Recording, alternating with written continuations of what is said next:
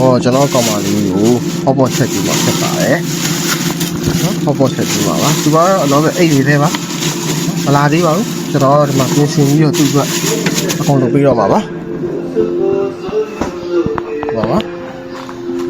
ဒါအချင်းကြီးလုပ်ဖို့တော့မကြီးသေး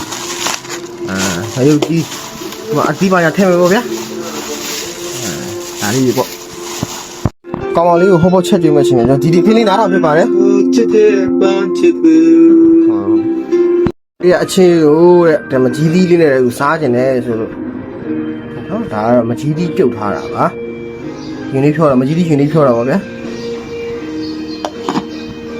ဒီလေးရှင်လေးဖြောပြီးပြီဆိုတော့ဒါကျွန်တော်ဟောပေါ်ထဲမှာထည့်စားမယ်အရွက်ကလေးကျွန်တော်ဝယ်လာရတာကရုပ်တီးတွေပညာတီးတွေကိုကျွန်တော်ရေးဆေးမှာဖြစ်ပါတယ်ဒါကတော့ကျွန်တော်နှစ်ထုပ်လေးထည့်မှာဖြစ်ပါတယ်နှစ်ထုပ်ကတော့ဘာပေါ့နော်ဒီကြပေါ့